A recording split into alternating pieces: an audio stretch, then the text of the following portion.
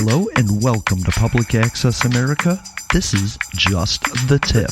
This is Just the Tip. My name is Jason and we have a great show ahead of you. We just finished recording our live stream on Public Access America at YouTube. You can check that out or you can just listen to this show. Look, you're going to hear me say this over and over again. People are ignorant and they don't know and they react negatively to things that they don't know. But if we can teach them ahead of time the do's and don'ts and little courtesies and have these conversations that matter to the people involved, then we can all be what America was meant to be. Not one thing, but millions of different things, all allowing each other to be. And that's the conversation we're going to have. You can find us anywhere you find your favorite podcasts: Spotify, Apple, Google, Victor Reader, or even Amazon Music. Thanks. We're going to get into it. Just the tip, just the tip, just the tip. Thank you.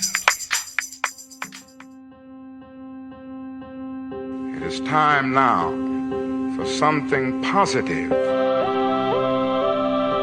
We might be headed to the promised land, of speaking the truth and finding our external liberty once we internally liberate ourselves. The problem can only be solved when there is a kind of coalition of conscience. Because that is how it works. This is the beginning, it is not the finale, and that's why we're here, and that's why we rally. We've got to be that creative minority. Find a way to get in the way. I got in trouble. It was good trouble. It was necessary trouble. Frankly, I know we've got to do something.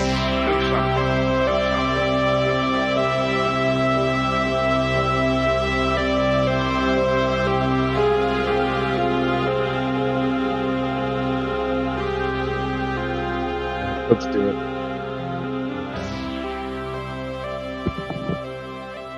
And then if there's any questions, Jeffrey, I'll just pop them in the Facebook chat. Sounds like a plan. Okay. That's all you. We're live. Thank you, everybody. I am so appreciative and excited for this opportunity. All right. Well, thank you, everybody, and welcome back to another episode of Public Access America. My name is Jeffrey. His name is Jason. We're here every Sunday at 9 a.m. Pacific, noon Eastern. And today we have a very special podcast for y'all. So we have Deja returning once again.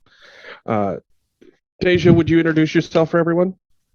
Hi, everybody. Deja Alvarez, very proud transgender woman, activist, and advocate.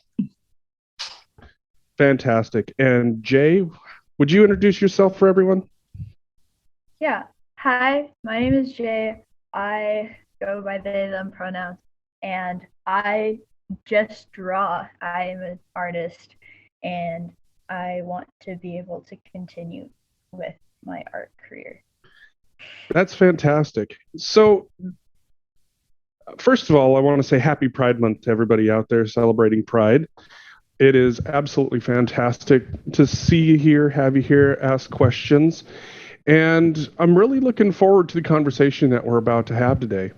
So to get us started, I wanted to kind of dive into what LGBTQ representation in media looked like. Deja, maybe you could give us a little bit of perspective on what it looked like on TV for you coming up.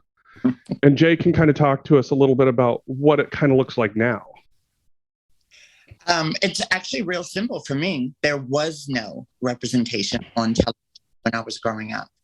I tell this story oftentimes. People are like, oh, are you originally from Philadelphia? And I'm like, no, I was born in Chicago, raised in the suburbs in Delaware. And at a very young age, I was dating an older guy and I was sneaking out my bedroom window.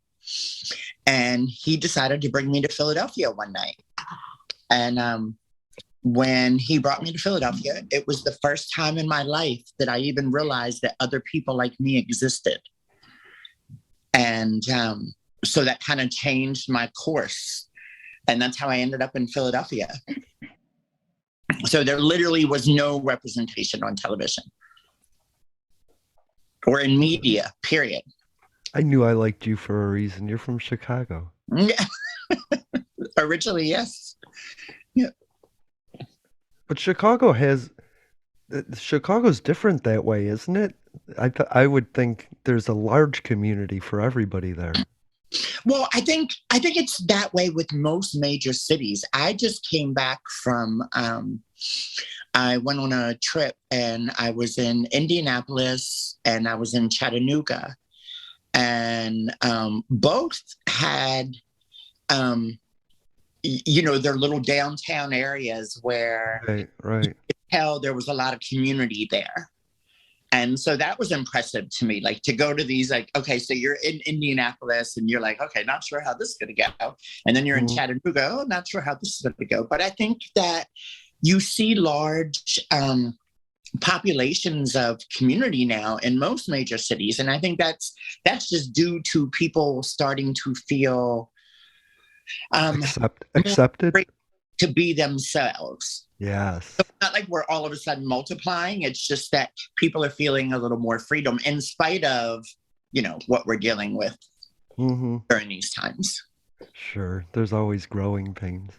I don't know, Jay, how do you feel about representation IRL though? Before we get to the media, how is it in? Well, it's really interesting. It's like a weird, I don't know the best word, but That's cool. So in school, at least in mine, they're a lot more open about the fact that LGBT people do exist, and they exist. And also where I live, just pride flags everywhere, especially like just in people's like stores, like windows, houses, whatever. But at school, it's like there's a bunch of people that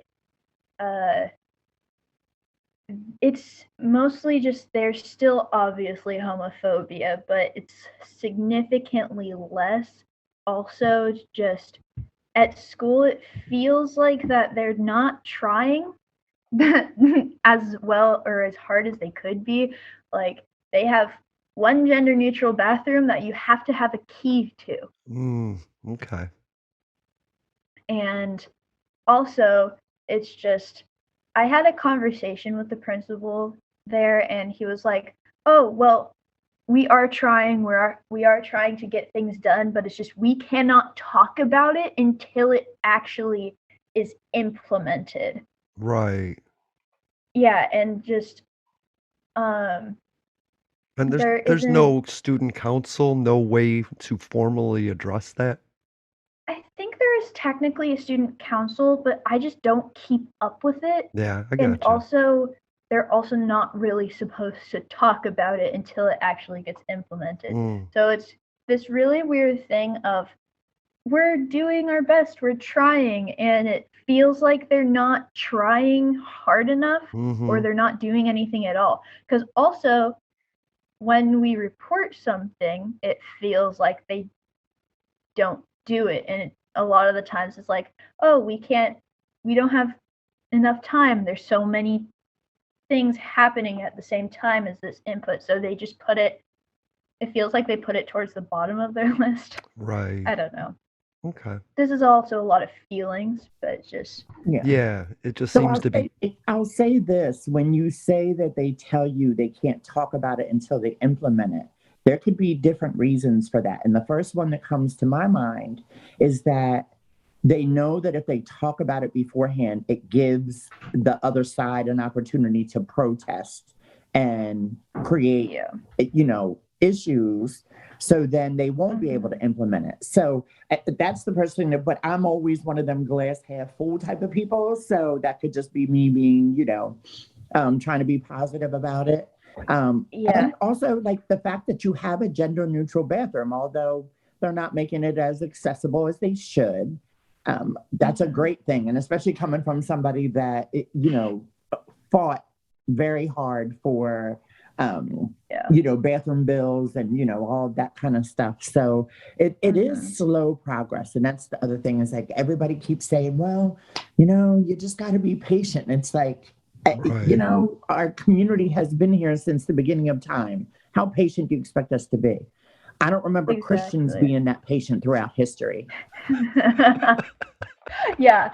Also, one of the things that actually is good at my school is the library. The library is probably one of the best places to be at that school because it is actually super open. The librarian and like the assistants there are so many different kinds of books that they have. Like, it's more significant in its diversity with its literature than it is in like most schools that I've seen, or like classes. Like, I don't ever really see that much of anything. Even for me, like growing up, I really like in my in my school library out in the middle of rural Montana, I would have never imagined finding anything LGBTQ related. And I think that, especially at today's cornerstone of history, where you actually have people actively trying to ban books because it has, LGBTQ themes, or it has any sort of information that, could provide, a viewpoint that, hey, these people exist outside of this little realm. I mean, Deja, what did it look like for you growing up? Did your library have anything like that? I mean, I have a feeling I know the answer. Well, I want to just interject really quick and say literature has always had the LGBT in it. It was just undertones, but now it's a sellable thing. So it's no longer an undertone, it's a highlight. So yeah, you have to search for role models in literature. They're there, but they're like subtle undertones. I'm sorry, Deja. Yeah, no, absolutely. So, I didn't even know to look for literature in the library. I will say this, my experience in the library, like you picked your, God, what did they used to be called? Electives. So you had to take, library, you had to take metal shop, you had to take home ec, you had to take wood shop, you had to take all of it. Yeah. And for me, the only place that I felt safe was in the library. And I remember my librarian, God, I wish I could find her now. Her name was Mrs. Brewer.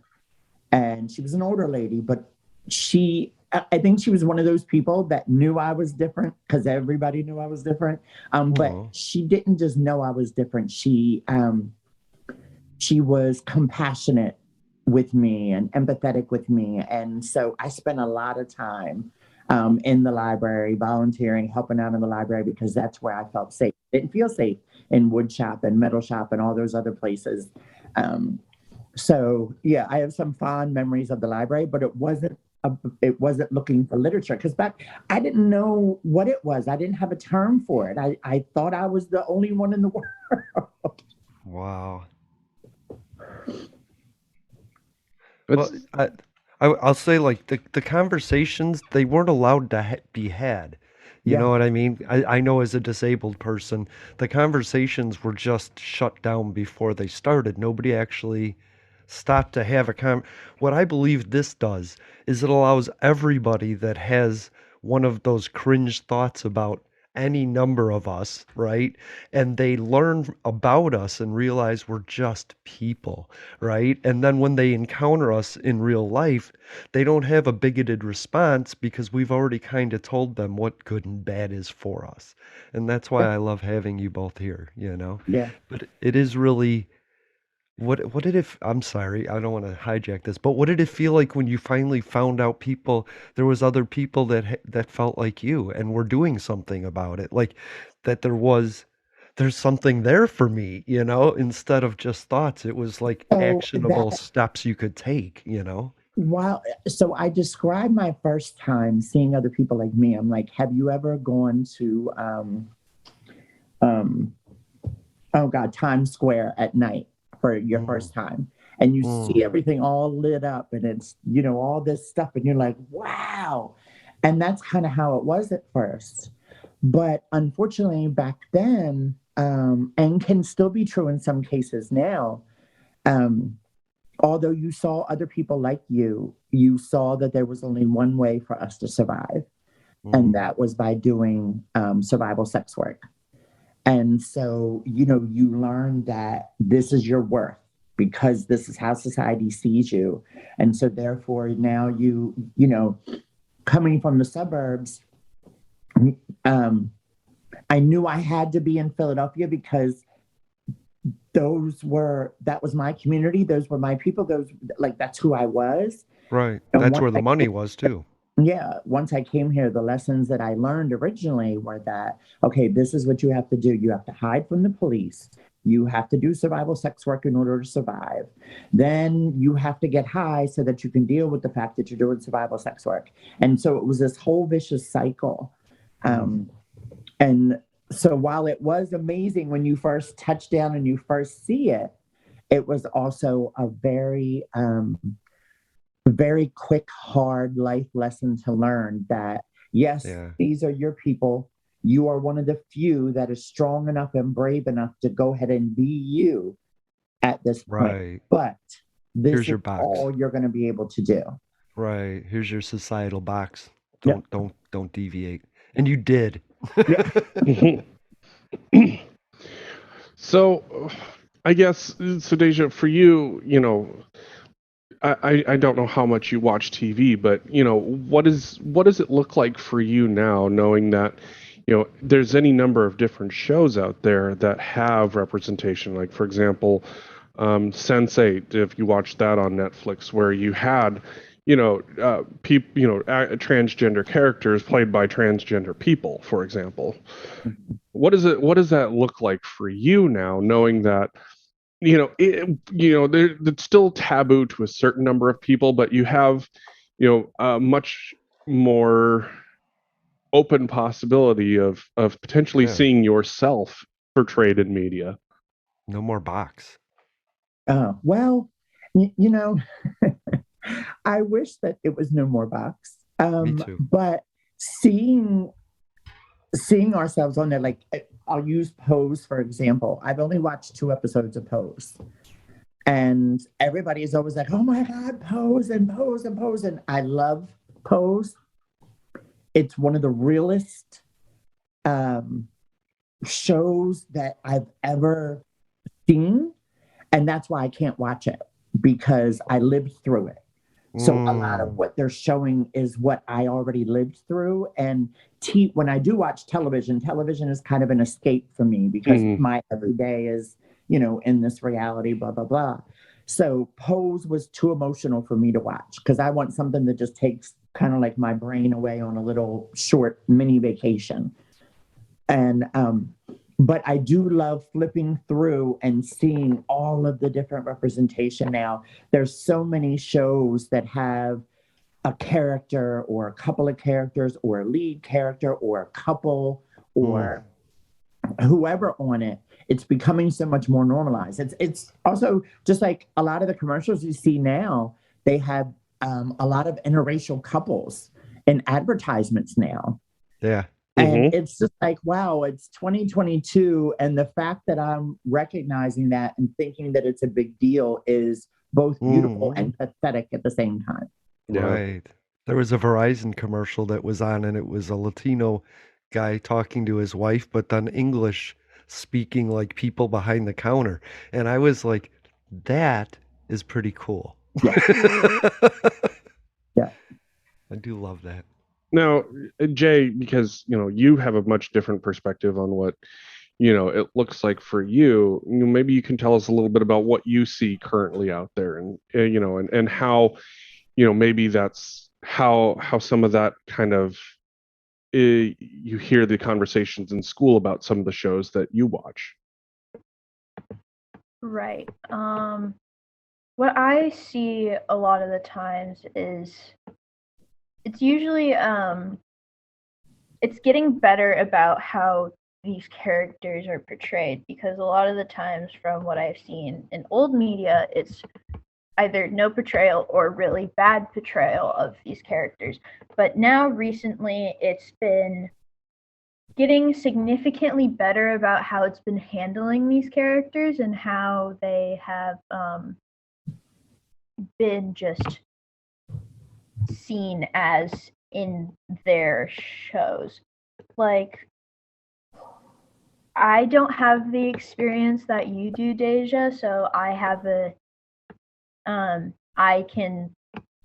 don't have that like block of it. So I haven't seen Pose yet, but I've heard it's really good.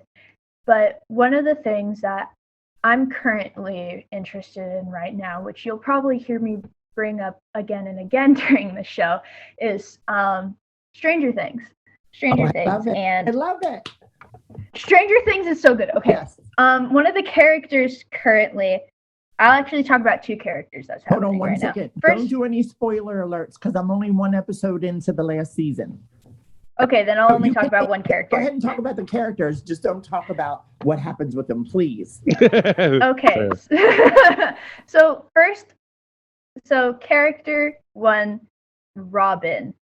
Robin is a lesbian character. It hasn't been stated, but it is very much implied that she does not like men.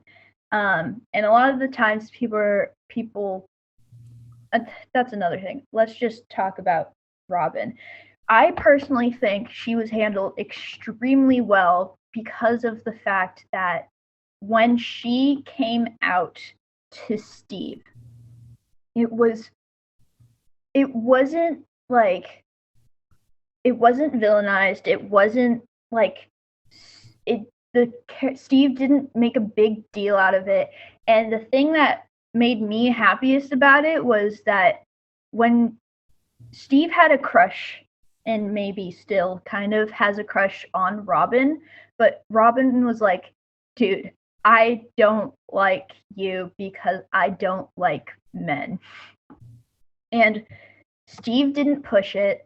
Steve didn't get upset about it. He's just, they became best friends, and it's just so incredible to see a lesbian character like that, because it's either like lesbians are sexualized or made taboo or whatever. So for you, it was just more about the fact, like, it didn't have to be this big, over the top, like, celebration or demonization. It just was, and that's all there was to it. Exactly. And that moment, the first time I watched it, was scary because Stranger Things is set in the 80s. So it could have gone really bad, especially knowing how Steve used to treat people. So just seeing that, honestly, first of all, cemented how well the Duffer Brothers handled that, and B, how much growth Steve went through, because first, if he did that, or if Robin did that, it probably would not have gone well. So just stuff like that is amazing.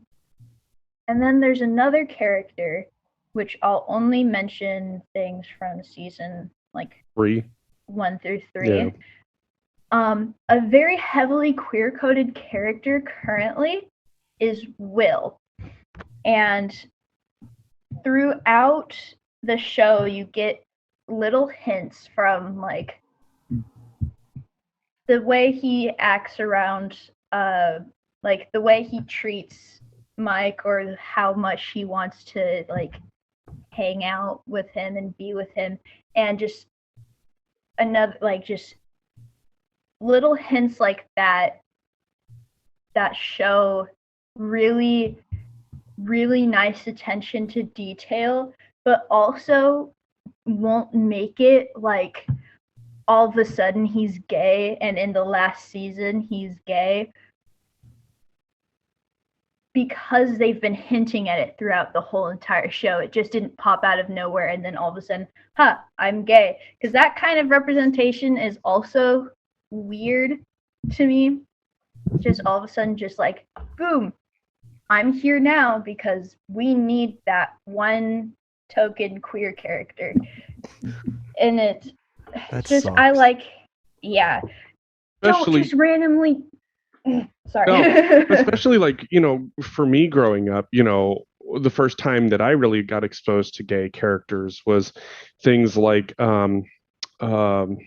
oh crap, what was that show? It was on I think it was NBC. It was about it was Will and Grace. That was like really the first. Oh wow. That was like my first sort of, expose into, the fact that there were gay characters, potentially, or bisexual characters. And that was really interesting to me that that was ever really a thing. And then, of course, I ended up watching this comedian, Eddie Izzard, and Eddie Izzard, like, for me, changed a lot of things because, this person was visually striking. They weren't like anything that I was used to, but it didn't matter because they were funny as hell. And I think it was one of those moments when I realized, I didn't really care about anybody's sexuality. I didn't really care about how anybody dressed. I didn't really care about anything other than whether or not they were a good person. Because to me, this person was, this person's character, this person was hilarious. They were fantastic. Everything else was, like, I couldn't understand why people couldn't accept this person as who they were. Like, it just didn't, I couldn't understand it. No. I think it was the same thing when oh God, what is their name? She was on Friends.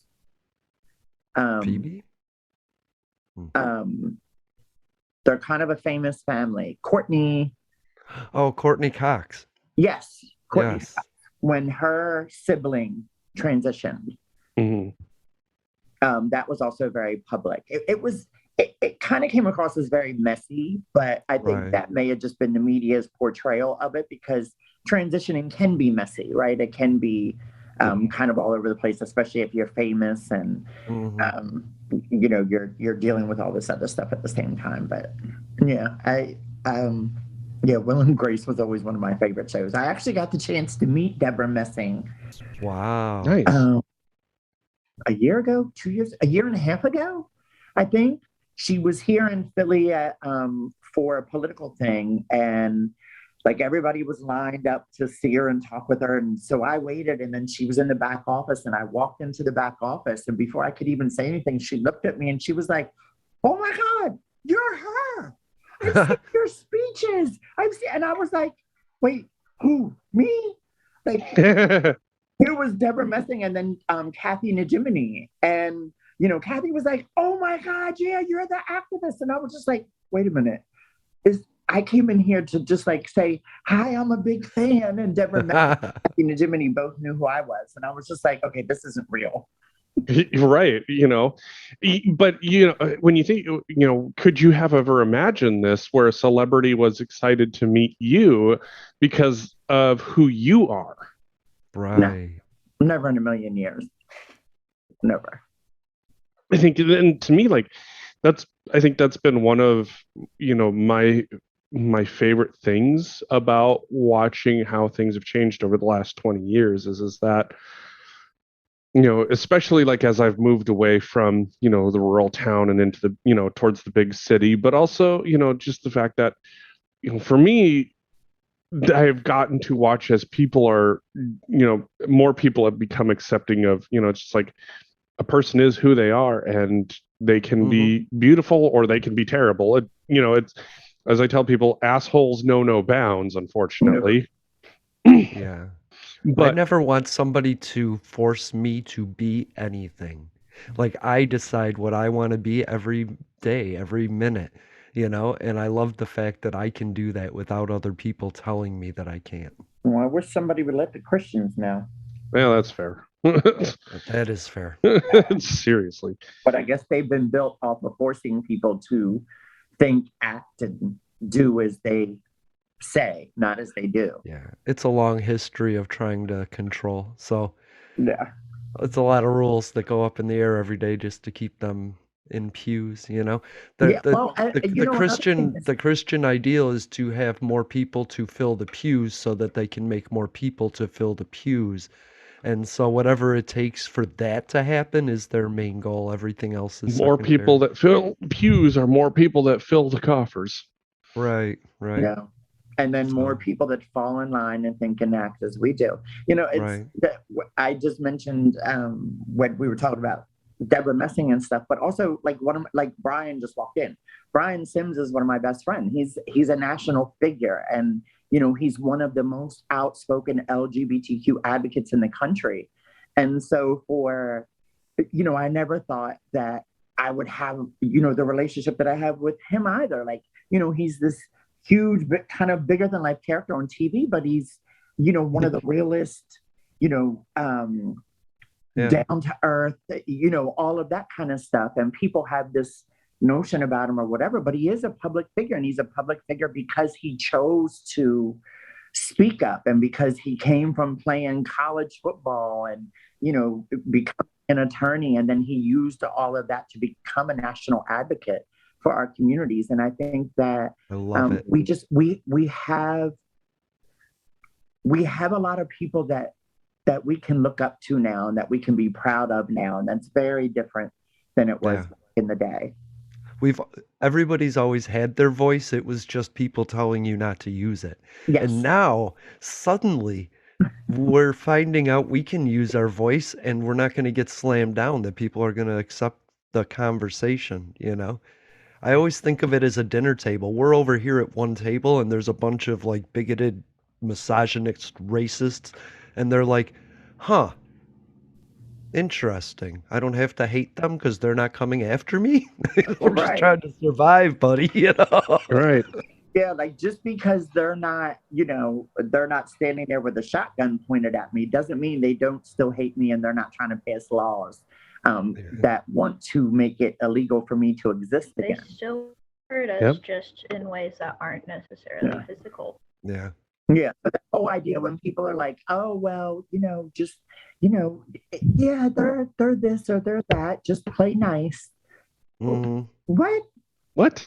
Like, the hell? It's still I dangerous. was having dinner with a good friend of mine last night, and I've had several people say this to me lately. They're like, Deja, we want you to do a column or a radio show or something where you're just like talking about issues and, you know, your side of it, because you're one of those people that are just like, you know, like, who you talking to?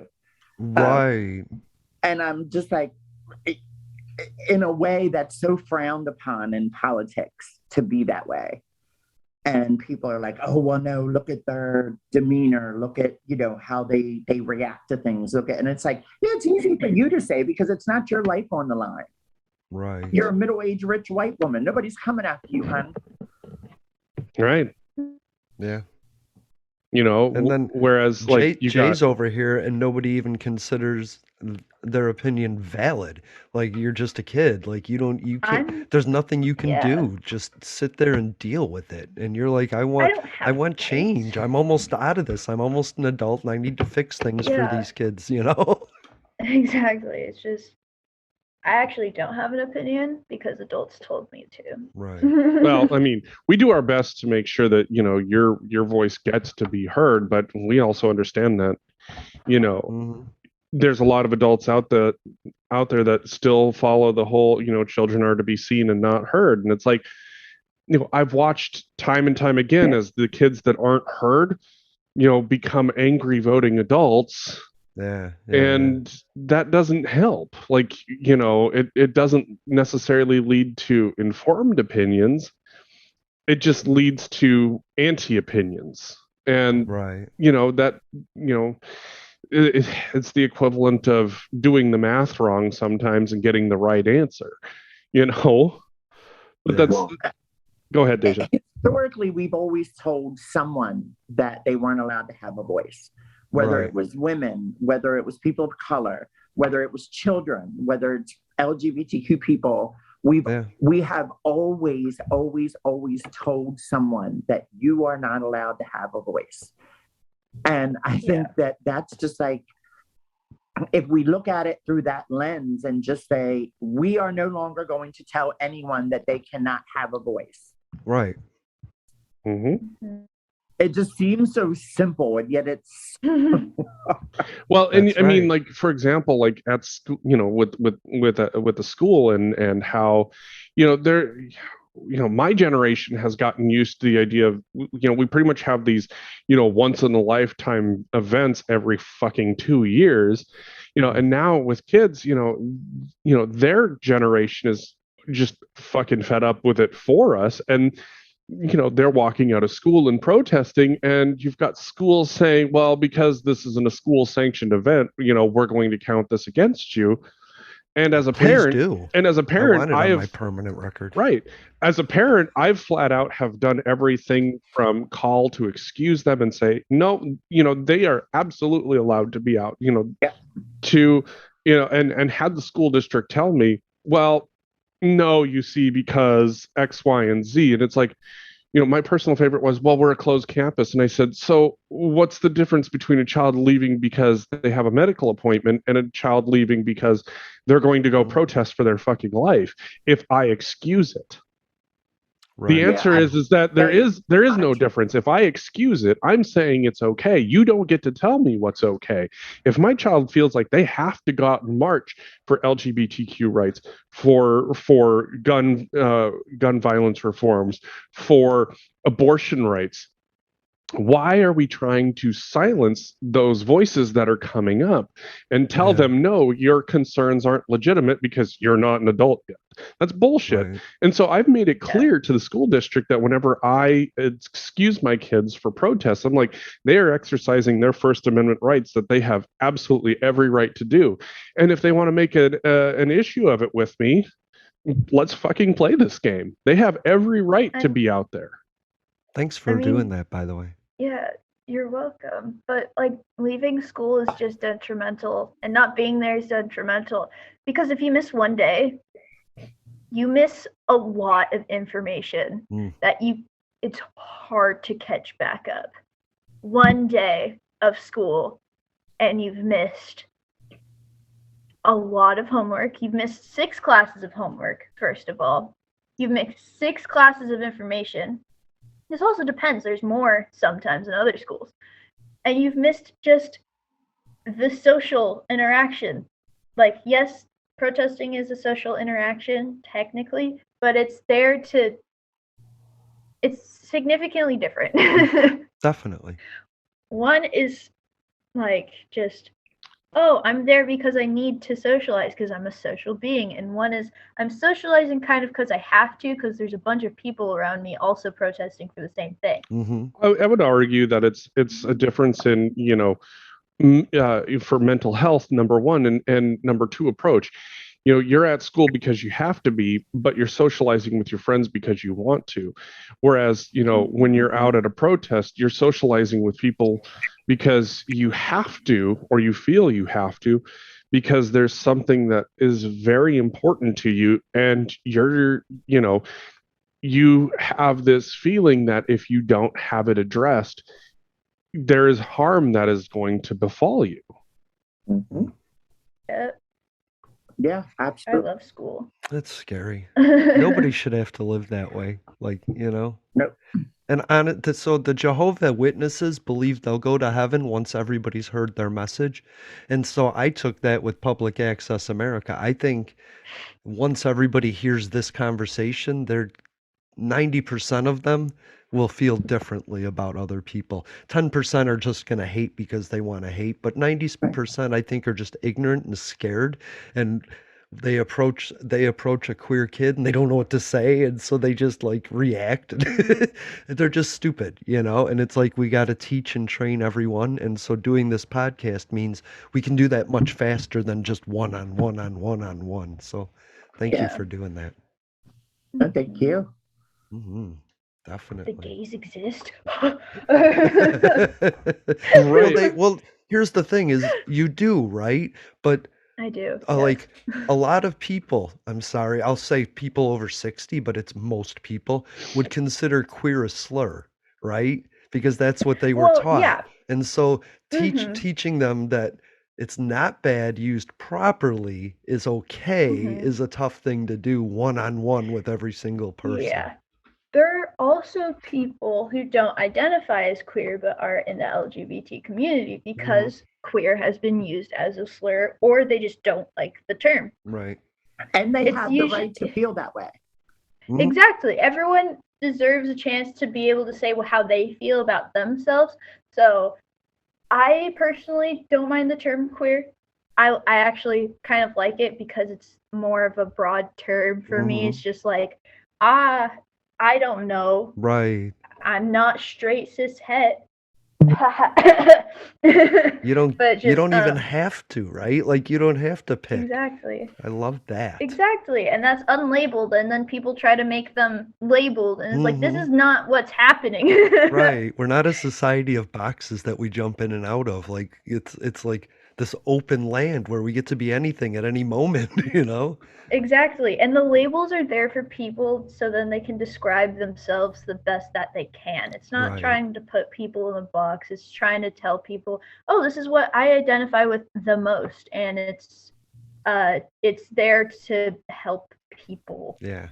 for words that they don't like. It's a word to help people describe, and since they didn't have that word before, they're making them now. Right. I like that. So, I think with me, I'm uncomfortable with that word for describing myself. I love seeing other people use it to describe themselves, but I wouldn't use it to describe myself, which also leads me to, while we have a younger generation and an older generation on this show, Do it. I'm going to back it just for a minute, because I also want to talk about, we talk a lot about the fighting and the discrimination from the rest of society. And what we don't talk about is the infighting and discrimination from within our own communities, and how that is what is holding us back. Yeah. That the fact that there's groups of people that say, no, now you have to identify as queer. No, if somebody doesn't want to identify as queer, they don't have to. But if you want to, that's great.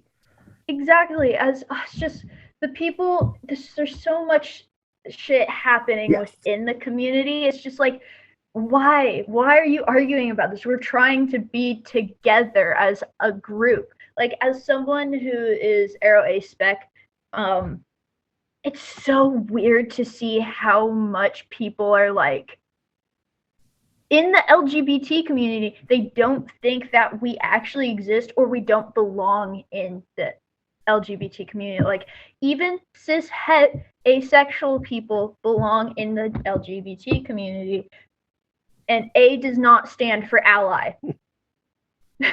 Right. Yeah. Well, it's funny because then we also have this group of people that want their voices to be centered, and they want to be seen as the activists around everything. And you're either 100% in line with their thoughts and beliefs, or they're going to attack you like some starving mob.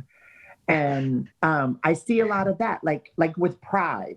Like, a lot of people, the Pride here went after the people that ran Pride here for the last 25 years. And they said they're not inclusive, and they're racist, and they're transphobic, and they're blah, blah, blah, blah, blah. And then they started calling the sponsors, and they started calling people's homes and calling people's jobs, and to take them down.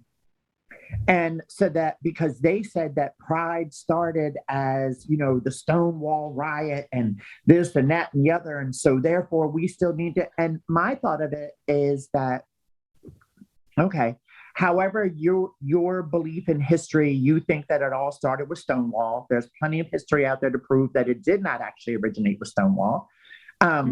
Stonewall was absolutely a part of it, which is amazing. But you didn't have to destroy the people that came before you, that fought before you. The people that they knew what it was like to never be able to publicly display their affection for their loved ones, or put a picture of their partner on their desk at work because they would get fired. And so because there's this big push now from, I'll say, different generations, mainly the younger generation, and they want to fight for everything, and they want to, and I love that. I absolutely love it. But for the love of whatever it is, whatever higher power you believe in, can we not do it in a way that that eliminates the generation that came before you and discards all of those people that walked, through the streets, that took the beating from the police, that took the beatings at work, that took the discrimination that a lot of people now don't have to face, who are angry and want to do the march and protest. Mm-hmm. We don't have to discard those people in order to do what it is that we want to do. So if you want to have a march and protest, go ahead and set up a march and protest. You don't have to destroy what's already in place in order for you to do what it is that you want to do or get the attention that you need or whatever the case may be. Because I see so much of this in the community now, especially here in Philadelphia.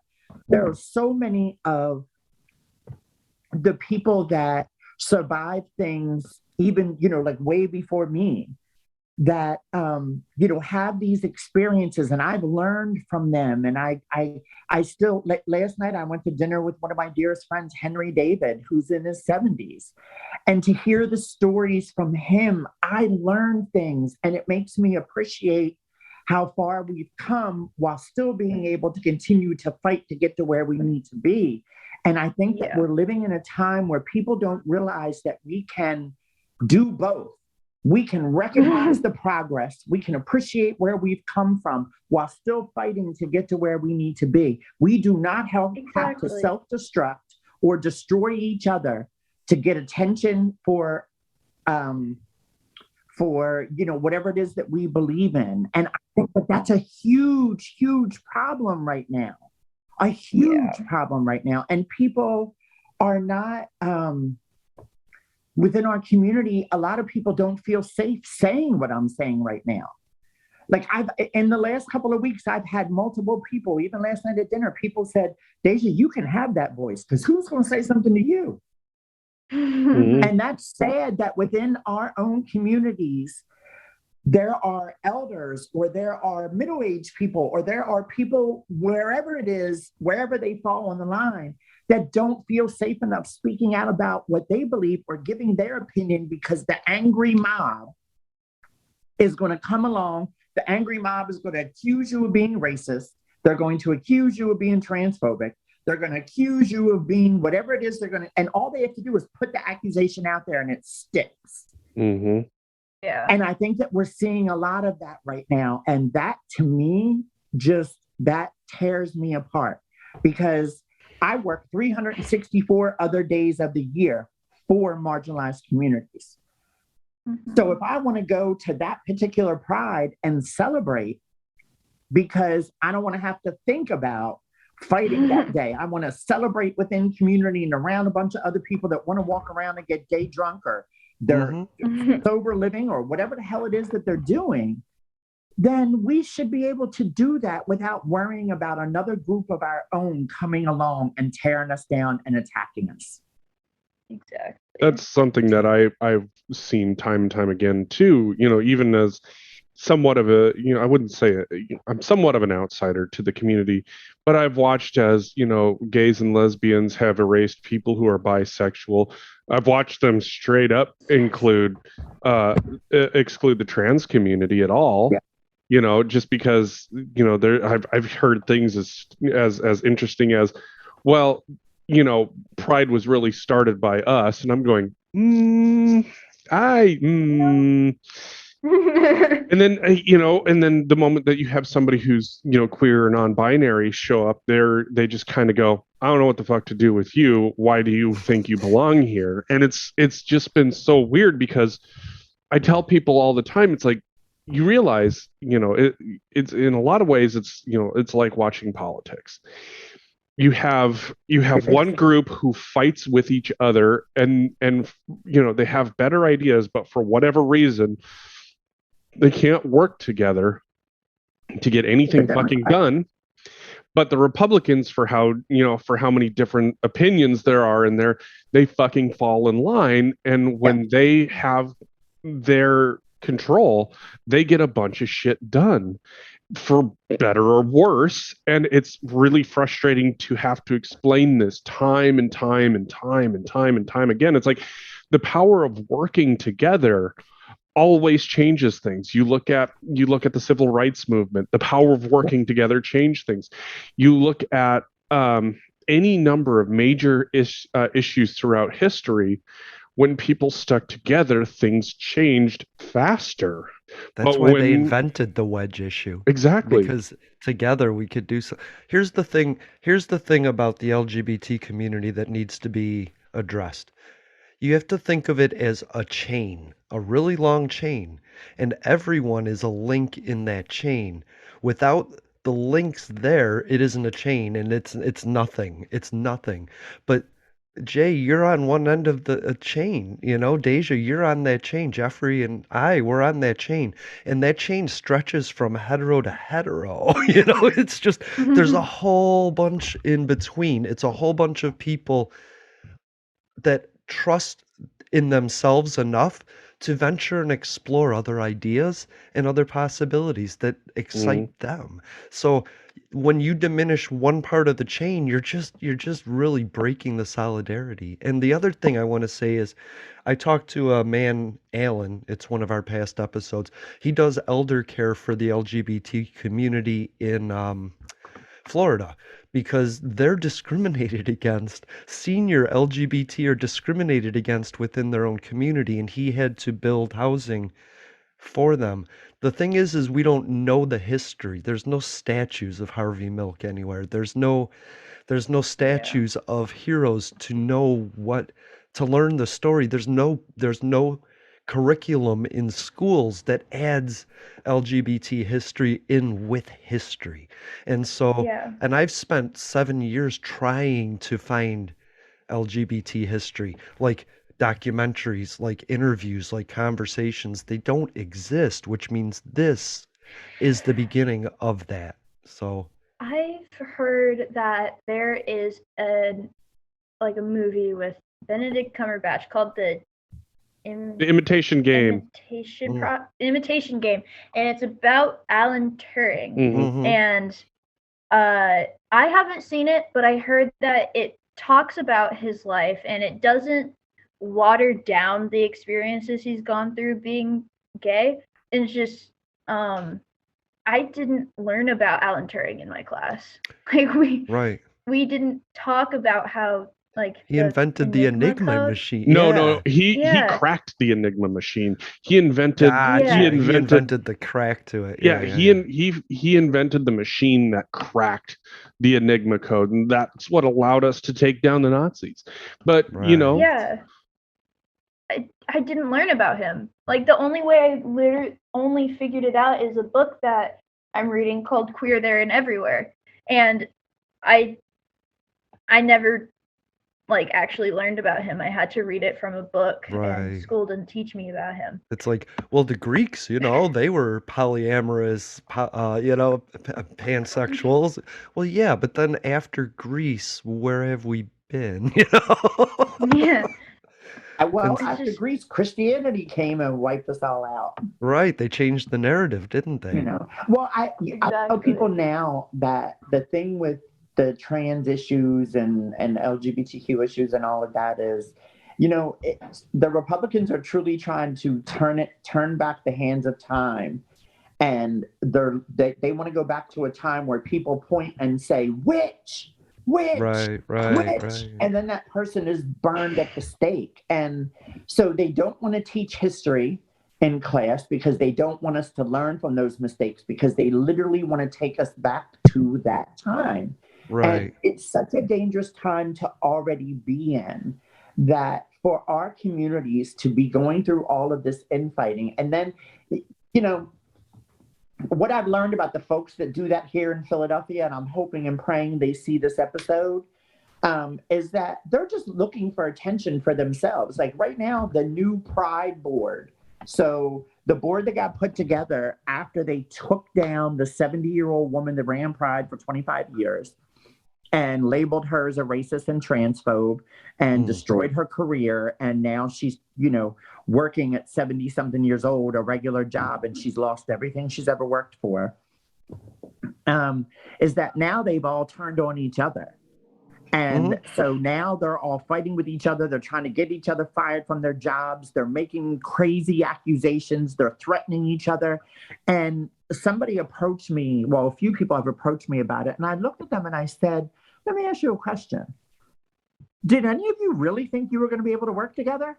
None of you have been able to work together on a single issue throughout your entire. So I don't even know how you're recognized as folks that are prominent in the community or are actually advocates, because your mission is you seek and destroy other advocates. You're not doing the actual work. You're looking for attention for yourself.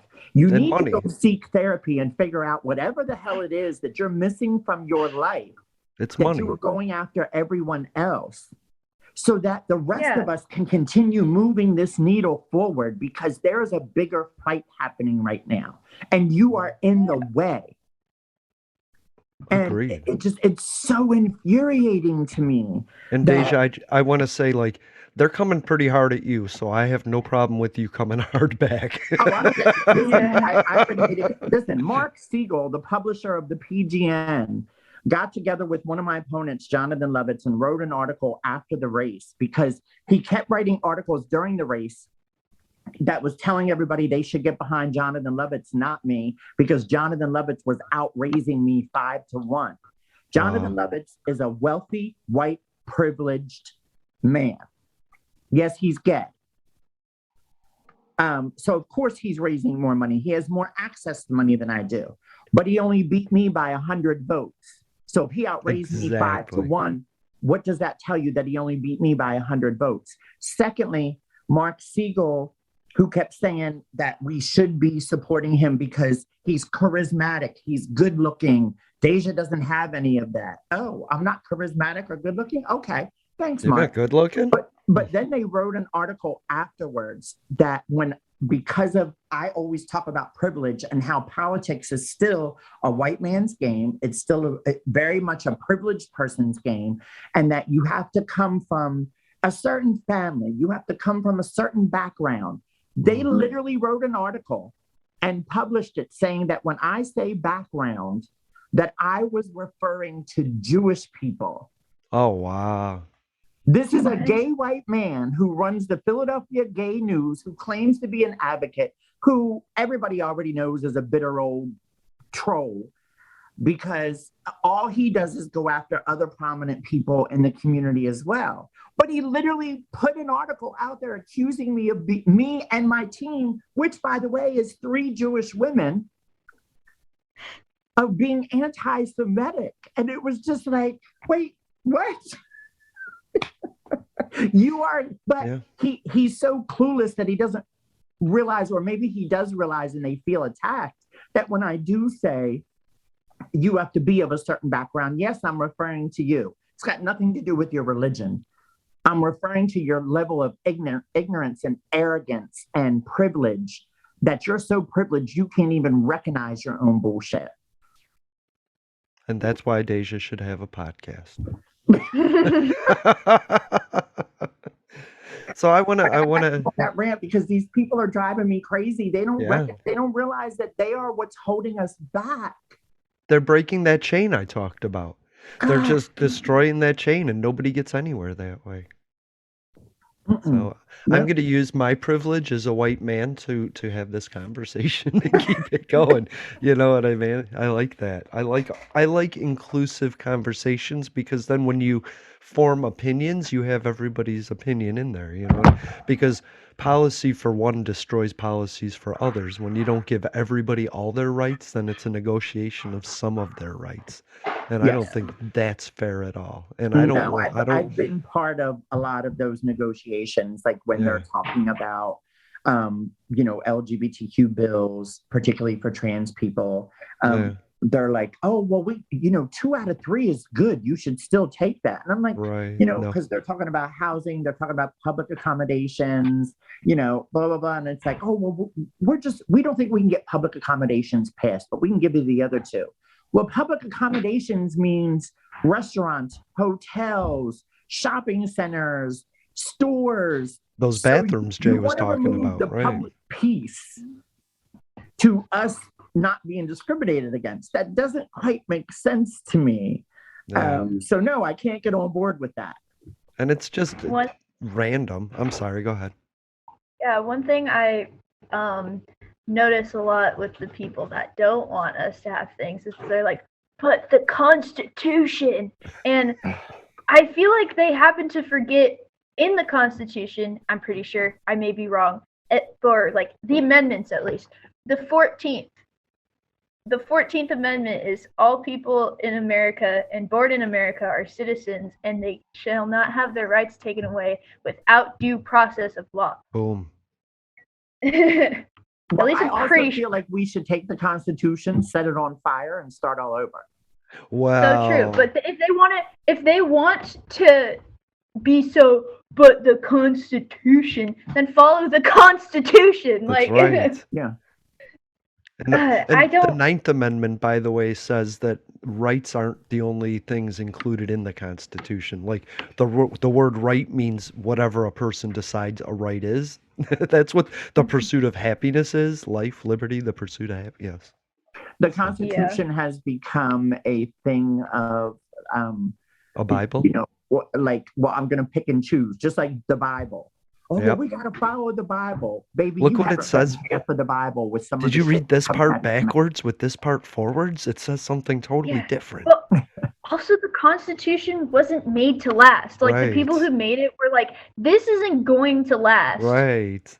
But then they continued with it, and I'm just like, it's not supposed to stay there. It was literally made there for that time, and it should be changed. Well, even like Yes. the state of Montana, for example, every 30 years it's required that, it comes up whether or not Montana rewrites its state constitution, which is based off of the U.S. Constitution. And so sometimes they're like, yeah, we should change it. And other times they're like, nope, we're going to leave it as is because there's some things that, we would have to include and we don't want to include that. Like, for example, Citizens United was a big one for Montana. They didn't want to include that. Right. I don't know. Would you still want to be a lot more than every 30 years? Would you want to still be living on your initial iPhone agreement, your Apple agreement? You know what I mean? Like that gets updated every 5 minutes, but the Constitution, God, no, let's not address that. Well, there's always been such an aversion to changing the Constitution, but like, for example, after the Second World War, we went in and we wrote the Constitution for Japan and Germany and what that was going to include. And we wrote it in such a way of, if we were to rewrite our own Constitution right now, what would our wish list look like? So no, that's what they did. Yes. Yeah. That's what they did. And so the question then becomes, it's like, if you're willing to do that to somebody else, why aren't you willing to have that conversation here? Yeah.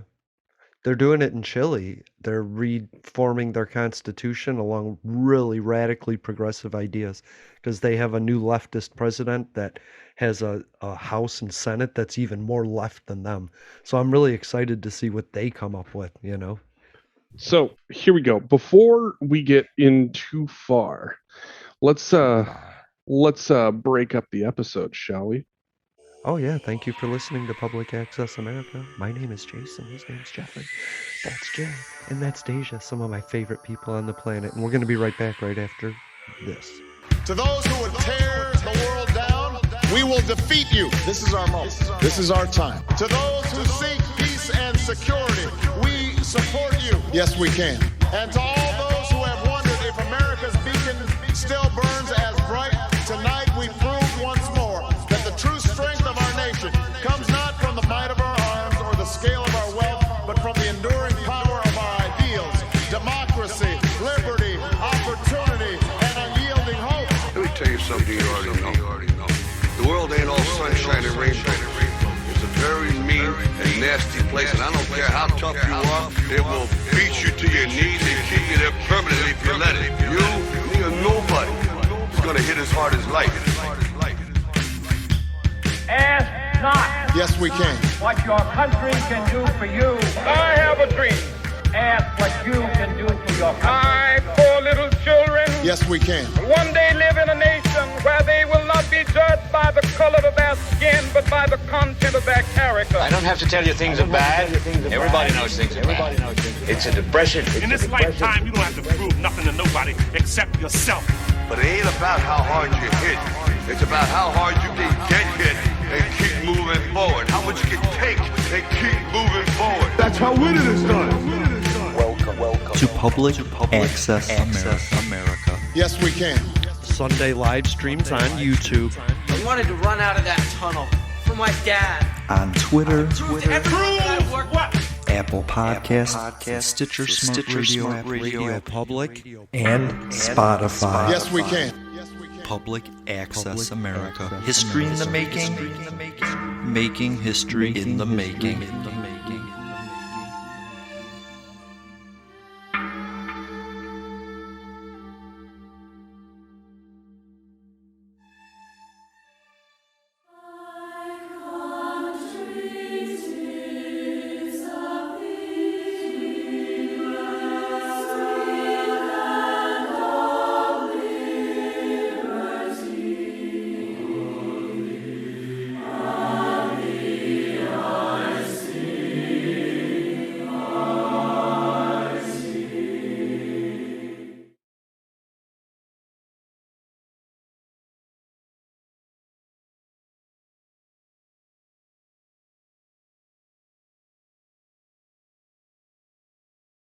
When you look into Discover Student Loans, what you see might surprise you.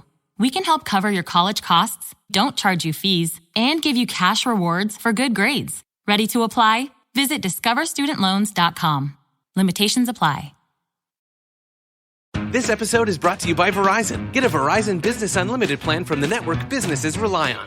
Hey, Monica, with 5G Ultra Wideband in many more cities, you get up to 10 times the speed at no extra cost. Hello, downloads in no time. Plus, unlimited premium data and hotspot data to keep the signal flowing and your teams going. Come in or book an appointment with a Verizon business expert to find the right plan for your team. 5G Ultra Wideband available in over 1,700 cities with Business Unlimited Pro 2.0 smartphone plan. Speed comparison is to median Verizon 4G LTE speeds. Download speeds may vary depending upon network and coverage conditions and content optimization for 5G Ultra Wideband.